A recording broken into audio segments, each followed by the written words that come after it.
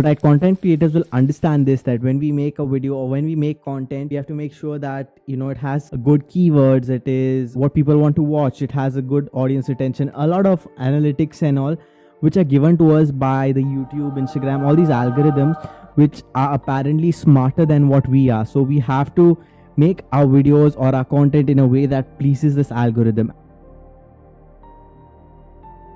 This is actually not something that is new, because if you think about it, think back in your days when you used to go to school or college. That time, whenever you had a test, say for example, and you had to study for it, right? So some people would tell you that you need to study by writing it down. That's the best way. Some people will tell you the best way is to study by visual, by watching something. Some people will tell you the best way is to read it out loud, right? That might have worked for them, but everybody is different. This one technique might work for one person, but it not necessarily works for the other person.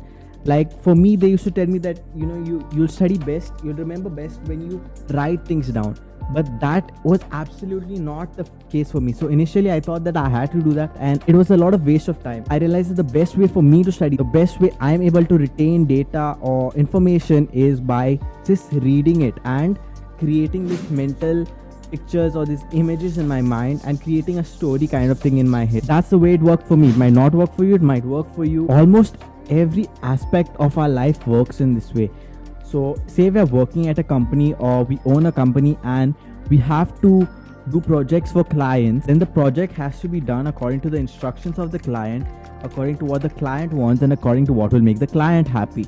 We have to do that. Now I'm not saying there's anything wrong with that, and I'm not saying there's anything wrong with making videos that please the YouTube algorithm, but somewhere along the line we have lost our creative power, our creative thought processes. If you look at the early YouTube creators, they didn't have all these crazy analytics like click-through rate, audience retention, and all of that stuff. They didn't have to make videos that please the algorithm. They made videos that pleased them, that made them happy, that brought them joy in making. Another instance is, yesterday I wanted to watch something.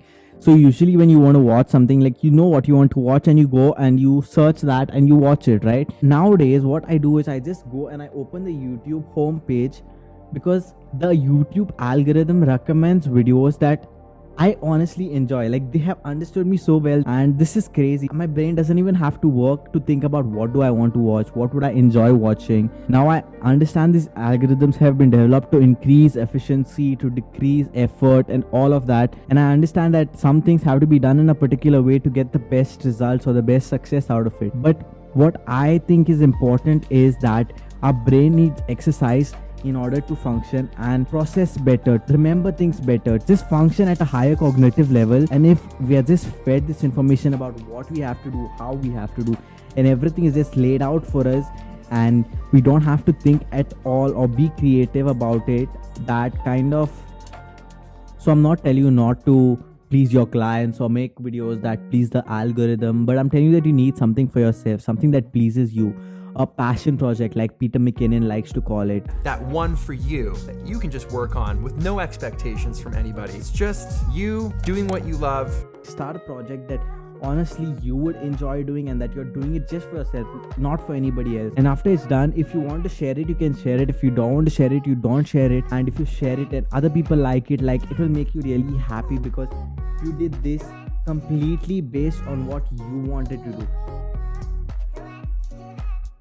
That's awesome, because even I love doing YouTube. I will get a thought process of what I want to make the video about, and then I will do my keyword research and all of that to see how best to make that video which would please the algorithm. So this passion project has to be kind of me making the video I want to make, or doing the thing that I want to do without getting any external direction from the YouTube algorithm, because it's purely for me. I understand that you love your job and you love doing what you do, but I'm saying that you should have a passion project that is completely only for you. Like, even if you love building a company, there are some things that you have to do in a company in order to please your customers, right? Do something that only is for you.